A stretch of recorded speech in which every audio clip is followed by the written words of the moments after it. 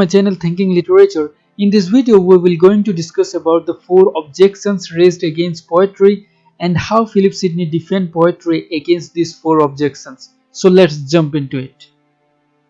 Introduction.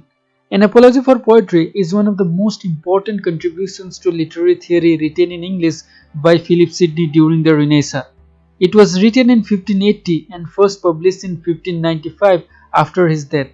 Sidney wanted to defend poetry and restore the glory of the poet, which had fallen low in his age. Sidney believed poetry to have better claims for defense and praise, and he goes on to refute the charges levied against poetry by Stephen Gosson and others. I have already made one video on Sidney's conception of poetry. If you have not watched that video, watch now. I'll put the link in my description box. An Apology for Poetry Philip Sidney द्वारा लिखा गया एक important work है। ये 1580 में लिखा गया था, लेकिन ये 1595 में पब्लिश हुआ सिडनी के मौत के बाद। स्टीफन गोसो जो एक इंग्लिश सैटायरिस्ट थे, उन्होंने और कई औरों ने पोएट्री के ऊपर कुछ आरोप लगाए थे।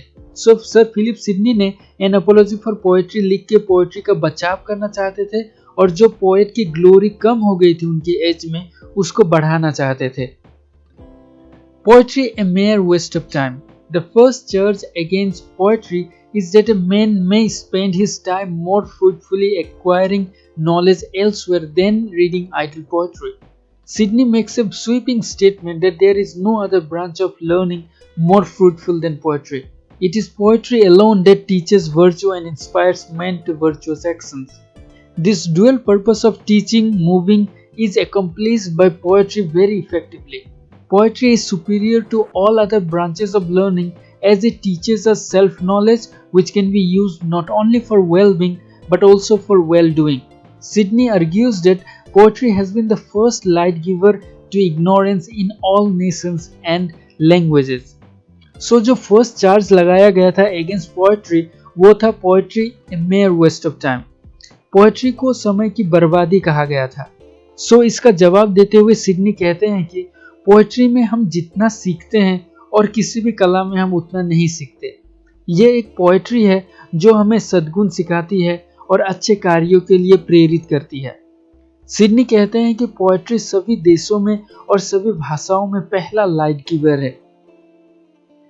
Poetry the mother of lies. Poetry has been condemned for depicting nothing but lies and falsehood. To this Sidney replies by saying that a poet never affirms anything and as such cannot be said to lie. To affirm something as the truth is to lie, but since the poet does not ever assert that his imaginative creation is a fact, he cannot be accused of lying. In fact, a poet is the least liar of all compared to a historian or a physician, an astronomer or a geometrician.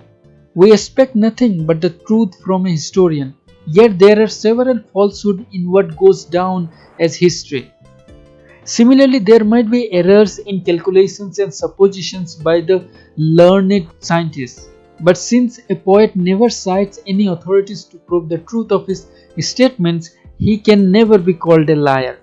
जो दूसरा charge लगाया गया था poetry खिलाफ, वो था poetry को mother of lies कहा गया था। ऐसा कहा गया था कि पोएट्री केवल झूठ दिखाता है और झूठ के अलावा कुछ भी नहीं दिखाता है। इसका बचाव में सिडनी कहते हैं कि क्योंकि पोएट कभी भी यह दावा नहीं करता कि उसकी कल्पनाशील रचना या इमेजिनेटिव क्रिएशन एक ट्रूथ है, इसलिए उस पर झूठ बोलने का आरोप नहीं लगाया जा सकता। बल्कि सिडनी कहते हैं कि एक कवि, एक हिस्टोरियन, एक फिजिशियन और एस्ट्रोनॉमर की तुलना में सबसे कम झूठ बोलते हैं। हम एक हिस्टोरियन से सच के अलावा कुछ भी और अपेक्षा नहीं करते, लेकिन हिस्टोरियन का फॉल्सहुड का प्रमाण कुछ फैक्ट्स में देखा जा सकता है। उसी तरह एक साइंटिस्ट भी अपने कैलकुलेशंस में गलती करता है, लेकिन क्योंकि पोएट कभी भी किसी भी चीज का पुष्टि नहीं करता, इसलिए उन्हें झूठा नहीं कहा जा सकता। Poetry an instrument of evil. Poetry has been accused as being the nurse of abuse, that is, it perverts mind by turning them to wantonness and rendering the youth unheroic and effeminate. Sidney argues that it is the debased mind of certain poets which provokes them to write poetry depicting scenes of lust and sexual license. Poetry in itself is noble. The appropriate use of poetry can inspire minds and elevate souls. Sidney further states that the misuse of any form of art or science can equally dangerous for society. If the knowledge of medicine is misused, it can even prove to be fatal. If a lawyer misuses his knowledge of law, it may lead to further injustice and violation of law. Sidney says that good poetry can steer men to virtuous action if it is such that portrays Abraham sacrificing his son Isaac or David fighting with Goliath or descriptions of valiant warriors in battlefield. जो third charge था वो था poetry and instrument of evil. Poetry पर यह आरोप लगाया गया था कि पोएट्री युवाओं को नामर्द और अनैतिक बनाता है। इसके बचाव में सिडनी कहते हैं कि कुछ करप्ट पोएट हैं जो लस्टफुल और सेक्सुअल लाइसेंस के ऊपर कविता लिखते हैं। अगर उन करप्टेड माइंडेड पोएट्स को छोड़ दे तो कविता अपने आप में महान है। सिडनी आगे कहते हैं कि किसी भी कला का दुरुपयोग समाज के लिए खतरनाक है। फॉर एग्जाम्पल, अगर एक डॉक्टर उसके ज्ञान का दुरुपयोग करे तो किसी की भी जान जा सकती है। उसी तरह एक लॉयर अगर अपने ज्ञान का मिसयूज करे तो कानून का उल्लंघन या इनजस्टिस हो सकता है। On the other hand, Sydney कहते हैं कि अच्छी पोएट्री मनुष्य को अच्छे काम के लिए उत्साहित करता है। Plato banished poets from his ideal republic.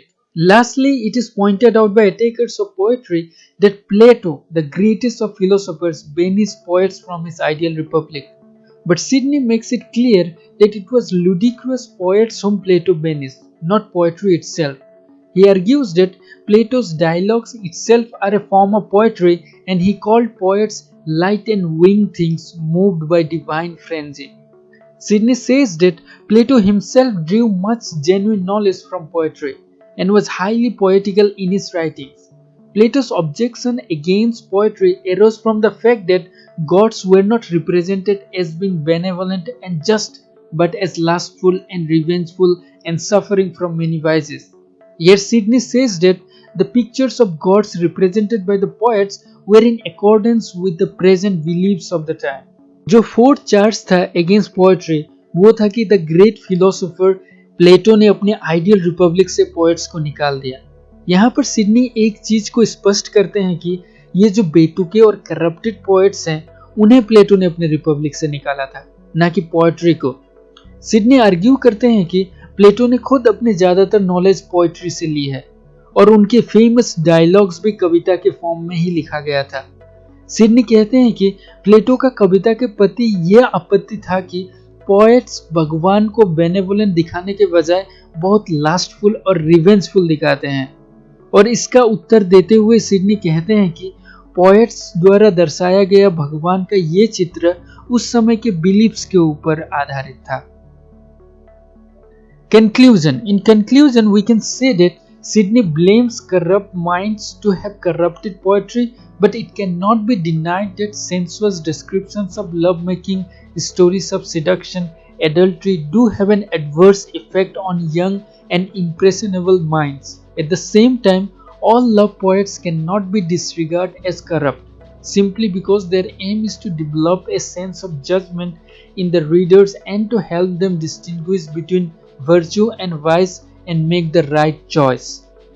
अंत में हम यह कह सकते हैं कि सिडनी ने भ्रष्ट या करप्टेड कविता के लिए करप्ट पोएट्स को दोषी ठहराया, लेकिन इस बात से इनकार नहीं किया जा सकता कि लव मेकिंग, एडल्ट्री युवाओं के दिमाग में खराब प्रभाव डालता है।